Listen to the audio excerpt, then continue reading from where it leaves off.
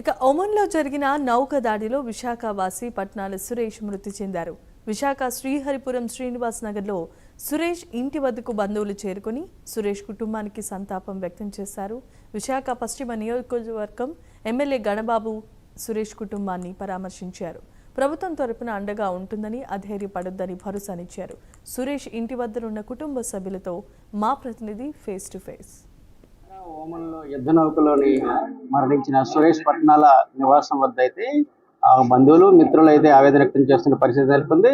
ఇప్పుడే విశాఖ పశ్చిమ నియోజకవర్గం ఎమ్మెల్యే గణబాబు అయితే సురేష్ కుటుంబ సభ్యులను పరామర్శించడం జరిగింది. దీనిపై కూడా స్థానికమైనటువంటి సురేష్ మిత్రులు బంధువులు కూడా ఇక్కడ ఉన్నారు. ఈ ఘటనకు సంబంధించి మరిన్ని వివరాలు అయితే వారితో అడిగే ప్రయత్నం చేస్తాం. చూడండి, సురేష్ ఇక్కడ ఈ ప్రాంతంలోని అనేక సంవత్సరాలుగా తిరిగి ఈరోజు ఉపాధి నిమిత్తం ఇతర ప్రాంతానికి వెళ్ళి ఒకసారిగా ఈ తరహా మరణించడం పట్ల మీరు ఏమంటారండి? నిజంగా ఇదే ఒక అబ్బకూడని సంఘటన అయ్యింది. కానీ ప్రతి ఒక్కరికి కూడా ఒక సంఘటన అయిన తిరిగి రానిది, తిరిగి ఇవ్వలేనిది ప్రాణం ఒకటే. సో కుటుంబానికి అయితే ధైర్యం చెప్పగలిగాను తప్పితే, కానీ వాళ్ళని ఈరోజు చూసిన తర్వాత నిజంగా మొత్తం నలుగురి పిల్లల్ని కూడా, ఎవరైతే అక్కగారి పిల్లల్ని కూడా ఆయనే చూస్తున్నారు. సో నలుగురు పిల్లలకి ఈ రోజు మేమైతే మాటల్లో అయితే చెప్పలేనంత ఆవేదనతో వాళ్ళు ఉన్నారు. మాకు కూడా కళ్ళ నీరు వచ్చాయి. కానీ కుటుంబానికి అన్ని విధాలుగా ధైర్యం చెప్పుతూ వాళ్ళకి ఎంతవరకు సహాయ సహకారాలు కేంద్రం నుంచి కానీ మన రాష్ట్ర ప్రభుత్వం ఇంకా ఇప్పుడే సమాచారం ఉంది కాబట్టి రాష్ట్ర ప్రభుత్వం ఏ విధంగా అయితే వీళ్ళకి చేదోడు బాదోడుగా ఉంటుందో అన్నిట్లో కూడా మనం భరోసా ఇవ్వడం జరిగింది. నిజంగా సురేష్ గారు గత 15 సంవత్సరాల నుంచి, అంటే ఇంతకు ముందు ఇక్కడ ఉన్న గత 15 సంవత్సరాల నుంచి పిల్లల స్కూల్ కానీ అన్ని కూడా విశాఖ శ్రీహరిపురంలోనే గత ఉంటూ, అలానే ఆయనకి ఇక్కడ కన్నా ఏదైతే ఆయన పని చేస్తున్న దగ్గర వేలాది మంది అన్ని కంట్రీస్ నుంచి ఆ వ్యక్తితో మంచి సహసంబంధాలు ఉన్నాయంటే ఎంత మంచి వ్యక్తి అన్నది మనం ఈ రోజు నిజంగా కూడా అందరూ కూడా తెలుసుకున్నారు. కానీ చాలా బాధగా ఉంది. అసలు మాటల్లో మనం చెప్పలేము. మన కుటుంబాలకి కూడా ఇలాంటిది అవ్వకూడదు, ఏ కుటుంబంలో అవ్వకూడదు అని చెప్పేసి మరొకసారి ఆ దేవుని ప్రార్థించు. అయితే భవిష్యత్తులో కూడా ఇలాంటి ఘటనలు జరగకుండా ఈ రోజు రాష్ట్ర ప్రభుత్వం నుంచి, కేంద్ర ప్రభుత్వం నుంచి ఏ రకమైన సహాయం వాళ్ళకి బంధువులు కోరుకుంటున్నారు? ముందుగా చెప్పాలంటే ఒక గొప్ప హీరోని కోల్పోయామండి. అతను ఎంతో మంది యువతని తన స్కిల్ నేర్పించి మెరైన్ వైపు నడిపించి చాలా మందికి ఉపాధి కల్పించారు. అలాంటి ఒక మంచి వ్యక్తి, ఎంతో మందికి జీవితాన్ని ఇచ్చిన వ్యక్తి ఈ రోజు కోల్పోవడం నిజంగా చాలా బాధాకరం. ఇలాంటి దుర్ఘటన సంబంధం లేకుండా ఒక వార్లో ఆయన ప్రాణం కోల్పోవడం అనేది ఆ కుటుంబానికి తీరని లోటు. కాబట్టి ఆ కుటుంబానికి అన్ని విధాలుగా అండదండగా కూటమి ప్రభుత్వం ఉంటుందని ఒక భరోసా ఇవ్వడానికి ఈరోజు అందరం ఎమ్మెల్యే గారితో కలిసికట్టుగా వచ్చి ఒక భరోసా అయితే ఇవ్వడం జరిగింది. స్థానికంగా చూసుకుంటే సురేష్ అనే వ్యక్తి రోజు ఉపాధి నిమిత్తం ఇతర ప్రాంతాలకి దేశంలో వెళ్ళి వాళ్ళ కుటుంబ పోషణకి వెళ్ళి ఒకసారిగా ఈ తరహా మరణించడం పట్ల ఒక శోక సముద్రంలో కుటుంబ పరంగా అయితే ఇప్పుడే చూసుకుంటే కాసేపట్లో ఇప్పటికే ఎమ్మెల్యే గారు గణబాబు గారు వచ్చారు. చూసుకుంటే ఈ రోజు కుటుంబం ఏ రకంగా, వారికి కుటుంబ బ్యాక్గ్రౌండ్ ఎటువంటి, ఆయన యొక్క మెంటాలిటీ, స్నేహితులతో ఎలా మెలిగేవారండి?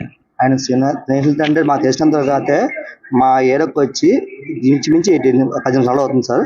18 సంవత్సరాలు అతను స్నేహం పరంగా చాలా మంచివాడు. ఎందుకంటే అతను ఏంటంటే మాకు చనిపోవడానికి మాకు తీరం లోటు. ఎందుకంటే మాకు చాలా బాగా అనిపిస్తుంది.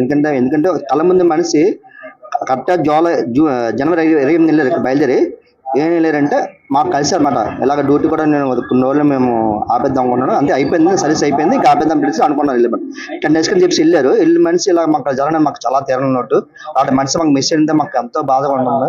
దానికోసం మాకు చాలా ఇబ్బంది ఉంది. ఎందుకంటే అతని వల్ల ఒక 4 ఆధారపడి బతుకుతుంది. ఎందుకంటే అన్ని పిల్లల ప్లస్ 2 పిల్లలు అమ్మల ప్లస్ వాళ్ళ అత్త మామ కూడా అతని వల్ల అవుతుంది. అలాంటి మనిషి ఒకసారి చూడంటే మాకు ఎంతో బాధగా అనిపిస్తుంది, ఎంతో బాధాకరంగా అనిపిస్తుంది. చూసుకుంటే అయితే ప్రధానంగా అయితే వాళ్ళ కుటుంబ అంటే బ్యాక్గ్రౌండ్, ఎంతమంది పిల్లలు, అంటే ఇప్పుడు పరిస్థితి వాడు ఏం చదువుతున్నారు ప్రస్తుతానికి, వాళ్ళ తల్లిదండ్రులు, పేరెంట్స్ గురించి వాళ్ళ పేరెంట్స్ అంటే 2 బాబులండి. ఒక బాబు 10th క్లాస్, ఒక బాబు ఏమో 9th క్లాస్, ఒక బాబు ఏమో 8th క్లాస్. అలాగే ఇప్పుడు వాళ్ళ మిస్సెస్ ఆ మిస్సెస్ వాళ్ళ పాప, ఒక అమ్మాయి ఇంటర్, ఇంకొక అమ్మాయి డిగ్రీ వాళ్ళిద్దరిని కూడా సొంత పిల్లలుగా, అంటే ఆ కుర్రోడికి ఆడపిల్ల లేరు, లేకపోయినా కూడా వాళ్ళ సొంత పిల్లలు చూసుకొని ఇంతవరకు తీసుకొస్తారంటే వాళ్ళ మీద ఇప్పుడు ఆధారపడి ఉన్నమాట. ఎందుకంటే రేపటి రోజుల్లో కూడా సురేష్ మీద ఆధారపడి ఇద్దరు పిల్లలు కూడా చదివించారన్నమాట. చదివించి ఒక సొంత పిల్ల చేసుకొస్తున్నాడు. కానీ ఎంత దారుణంగా జరిగిందంటే మనం అసలు ఊహించుకోలేకపోతున్నాం. ఎందుకంటే ఇప్పుడు వాళ్ళకి నలుగురు పిల్లలు ఎలాగంటే సాల్సి మాకు బాగా అనిపిస్తుంది. ఎందుకంటే ఒక్కసారి ఆలోచిస్తే నాకు అనిపిస్తుంది ఏంటి మనిషిలాగా ఇదైపోడా అన్నట్టు మాకు అంతా బాధగా అనిపిస్తుంది, బాధకంగా అనిపిస్తుంది. మరి వాళ్ళ దేవుడికి వాళ్ళకి నలుగురు పిల్లలకి ఆ దేవుడే చూడాలని అనుకుంటున్నాను సార్. సాధారణ చూసుకుంటే ఈ రోజు అయితే ఈ మరణం కూడా తీవ్ర దిగ్భ్రాంతిని అయితే వ్యక్తం చేసిన పరిస్థితి నెలకొంది. ఏదైతే స్నేహితులు కూడా ఈ రోజు ఏదైతే ఒక సురేష్ ఇంటికి వచ్చి వారికి సంతాపం, వాళ్ళ కుటుంబ సభ్యులు కూడా సంతాపం ప్రకటిస్తున్న పరిస్థితి అయితే నెలకొంది. ఏదేమైనా కూడా రెండు ఘటనలు దురదృష్టకరమని చెప్తున్నారు.